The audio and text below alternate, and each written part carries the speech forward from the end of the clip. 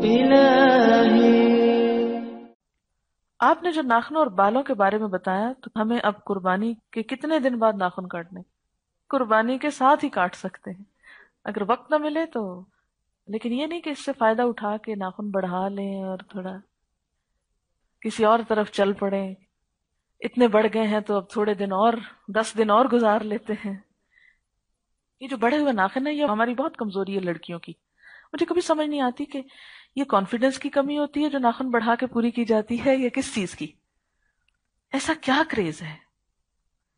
یعنی مجھے کبھی بھی ناخن بڑھانے کا فلسفہ سمجھ میں نہیں آیا۔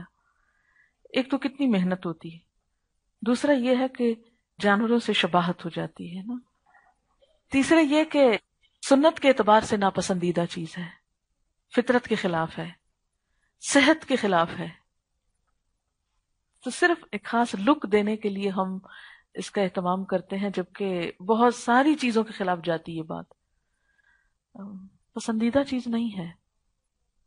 ہمارے یہاں ہر خوشی کے موقع پر اظہار کیا جاتا ہے خوشی کا ناخن بڑھا کر۔ یہ شخصیت کا ایک حصہ ہے، آپ کو پتا ہے؟ کسی شخص کی ظاہری شخصیت کہاں سے پتہ چلتی ہے؟ اس کے انداز سے، اس کے ہاتھوں سے، اس کے لباس سے، اس کے بولنے کے انداز سے۔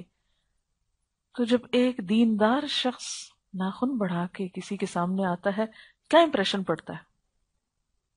دل نہیں بدلا، دل نہیں بدلا، اس لیے کہ دل بدلتا تو انداز ضرور بدلتے۔ کیوں کہا گیا کہ وہ شخص مسلمان نہیں ہو سکتا جو اللہ کے رسول صلی اللہ علیہ وسلم کو ہر چیز سے بڑھ کر نہ چاہے؟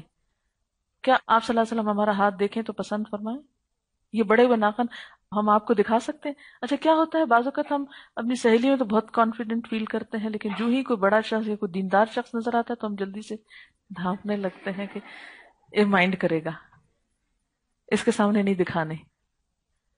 اللہ کے رسول صلی اللہ علیہ وسلم کے سامنے دکھا سکیں گے آپ؟ نہیں، تو کیوں ایسا کام کرتے ہیں؟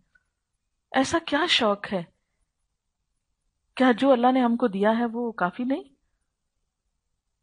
اللہ نے ہر ایک کو بہت خوبصورت بنایا اور دوسرے سے مختلف بنایا۔ آپ میں سے ہر شخص بلا مبالغہ یہ کہہ سکتا ہے ہم سا کوئی ہو تو سامنے آئے۔ آپ سا کوئی نہیں، آپ اللہ تعالیٰ کی بالکل ایک منفرد انوکھی مخلوق ہے، کوئی آپ جیسا نہیں۔ ھذا من فضل ربی، آپ کی ایک ایک چیز بہت پیاری۔ اللہ تعالیٰ نے انسان کو احسن تقویم میں بنایا ہے۔ آپ کو معلوم ہوگا کہ عباسی دور میں ایک شخص تھا، اپنی بیوی سے بہت محبت کرتا تھا، تو ایک دفعہ بیٹھا باہر کہیں ٹہل رہا تھا تو دیکھا کہ چاند طلوع ہو گیا ہے، تو اپنی بیوی کو کہتا ہے اگر تم چاند سے زیادہ خوبصورت نہیں ہو تو میں تم کو طلاق دیتا ہوں۔ ہنسی مذاق میں بات ہوئی، بیوی تو اسی وقت فوراً اندر پردے میں چلی گئی کہ اب طلاق اگر ہو گئی تو بس بات ختم۔ بہت غمگین ہوا، ساری رات نیند نہ آئی کہ یہ مذاق کیا بن، کیونکہ ہنسی مذاق میں بھی طلاق تو ہو جاتی۔ صبح کے وقت جب یہ معاملہ پیش ہوا فتوے کے لیے، بہت سے علماء کو جمع کیا گیا تو سب نے یہ کہا کہ طلاق ہو گئی، کیونکہ چاند بہت خوبصورت ہے اور عورت تو چاند سے زیادہ خوبصورت نہیں ہو سکتی، اس لیے طلاق ہو گئی۔ لیکن ایک عالم جو تھے انہوں نے اس آیت کو دلیل بنایا کہ لقد خلقنا الانسان فی احسن تقویم، کہ ہم نے انسان کو سب سے بہترین حالت پہ پیدا کیا ہے۔ یہ چاند واند کیا چیز ہے، انسان زیادہ خوبصورت ہے، لہٰذا اس کی بیوی چاند سے زیادہ خوبصورت ہے اور طلاق نہیں ہوئی۔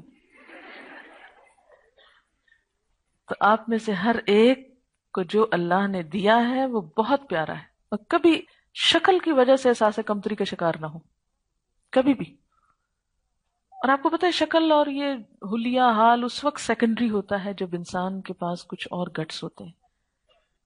جو لوگ کچھ اور قابلیت پیدا نہیں کر سکتے وہ اپنی اہمیت صرف اپنی شکل و صورت کے ذریعے جتانا چاہتے ہیں۔